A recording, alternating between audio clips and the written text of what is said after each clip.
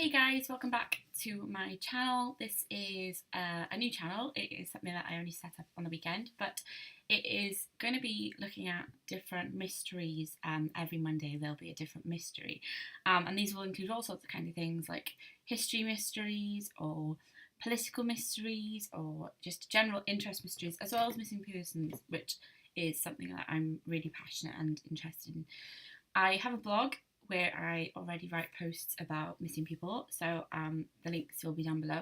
And a lot of the subjects on this channel will have corresponding blog posts as well. So if you want to read more about each case that we look at, you can find the information in the bar below as well. So anyway, I'm just going to jump straight into the video because I don't want it to be too long. So today we are going to be looking at Maura Murray, who disappeared nearly 13 years ago. And we're going to be looking at her case and what happened and the possible scenarios. It's safe to say that Maura Murray is one of the most famous missing people in the United States. There is much speculation about what actually happened to the missing young woman. And there is even a book which has been published about the case. On the 4th of May 1982, Maura Murray was born. She had a sister and her parents later divorced. She was around 5'7" and weighed about 120 pounds. She was athletic and could be described as the all-American girl.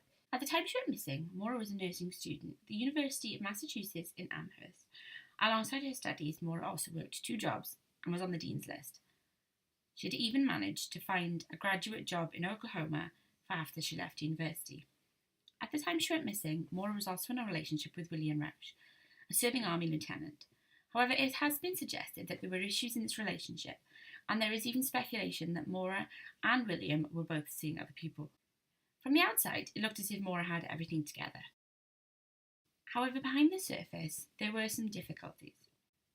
In November 2003, Maura had been in trouble with the law after using a stolen credit card to buy food. However, in December 2003, these charges had been dropped.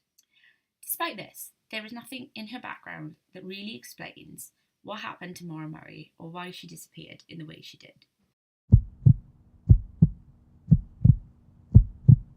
On the 9th of February 2004, Maura Murray disappeared from Haverhill, New Hampshire, after becoming involved in a one-car accident. The incident took place between 7 a.m. and 7:30 a.m. on Route 112 in the Woodsville area of Hamville. A local bus driver witnessed the accident and called the police, despite Maura begging him not to do so. She initially told him that she'd already called AAA, but the man knew this wasn't possible due to poor cell service. He himself had to leave the area to call the police.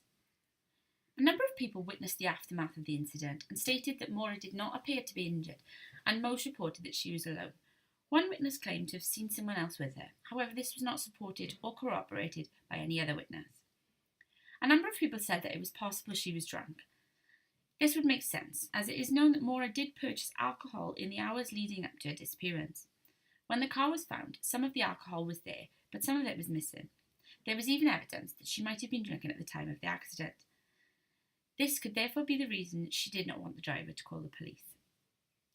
Around 10 minutes after the accident, the authorities arrived, but by this time, Maura had already left. At the scene, cops determined that her black Saturn 1996 had failed to navigate a bend, and as a result, it careered off the road, hitting a tree. The car was badly damaged, and Maura would not have been able to drive away. The car had been locked, and most of Maura's personal belongings were left behind.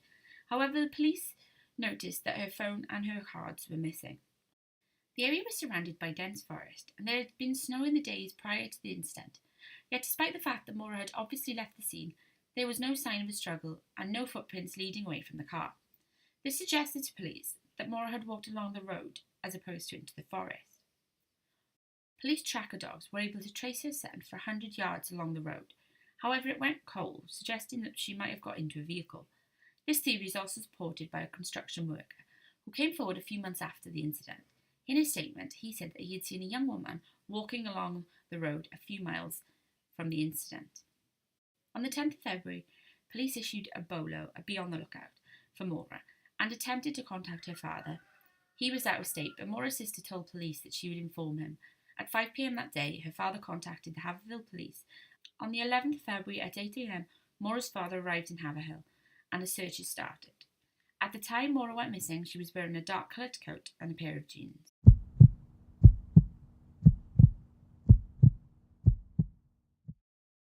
Most missing person cases are solved by examining the hours leading up to their disappearance, and Maura certainly left a lot of clues.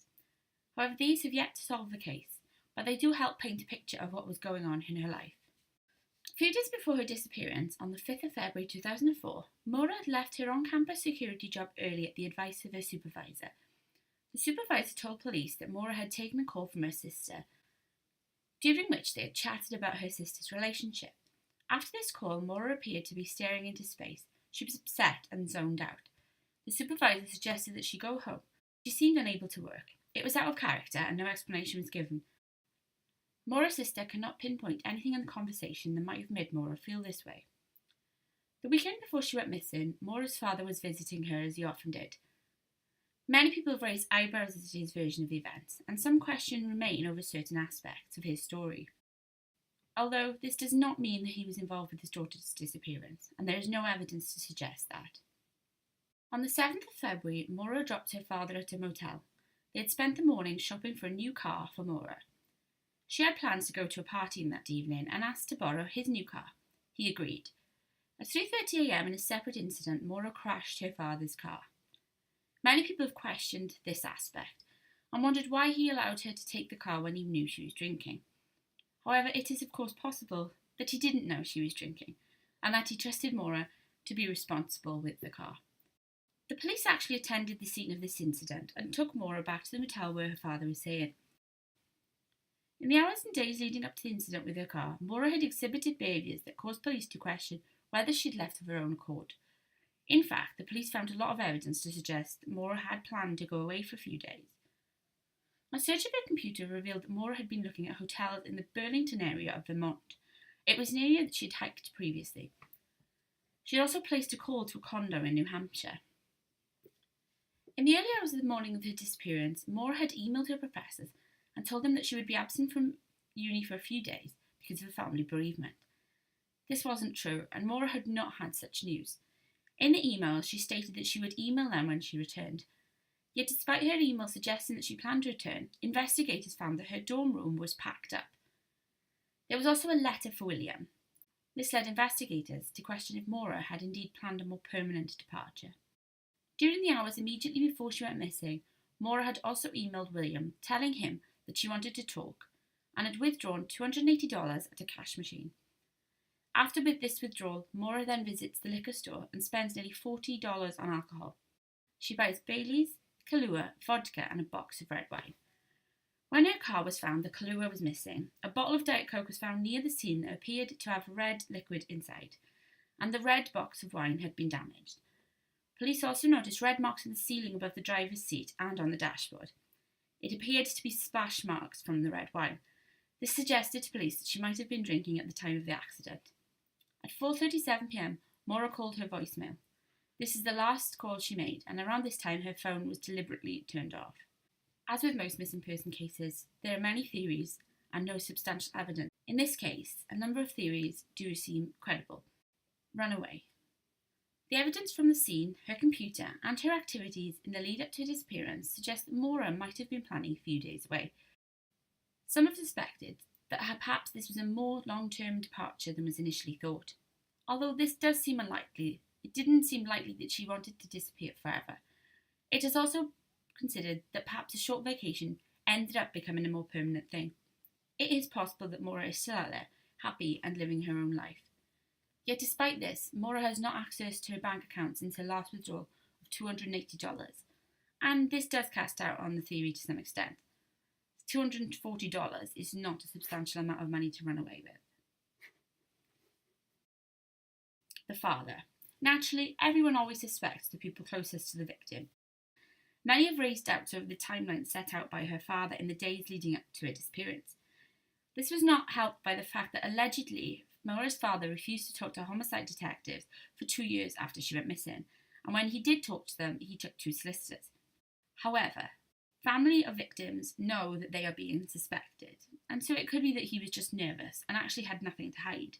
There is nothing to suggest that he was involved in any way in Maura's disappearance, and this could just be merely salacious speculation. The fiancé.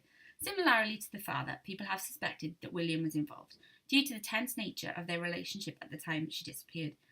However, police interrogated him and do not believe that he is involved.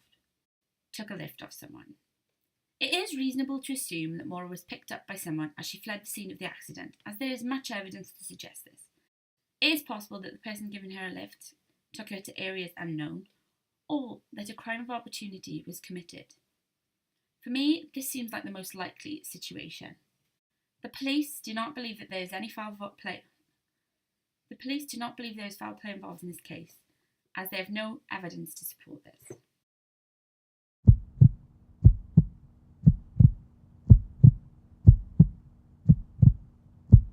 In March 2004, Brianna Maitland disappeared from Vermont in alarmingly similar circumstances to Maura. In this case, Brianna's car was found crashed into the side of an abandoned barn, an incident the police believe was staged. Also, similarly to Maura, Brianna was a beautiful young woman. Although the FBI have previously met to discuss this possibility and the similarities between the cases, they are unable to find any connection between the two women. While they have not entirely ruled it out, they do believe it is unlikely that they are connected. If you have any information on the disappearance of Maura Murray, you are advised to contact the New Hampshire Cold Case Unit. Their number can be found below. Thank you, and don't forget to subscribe for future videos.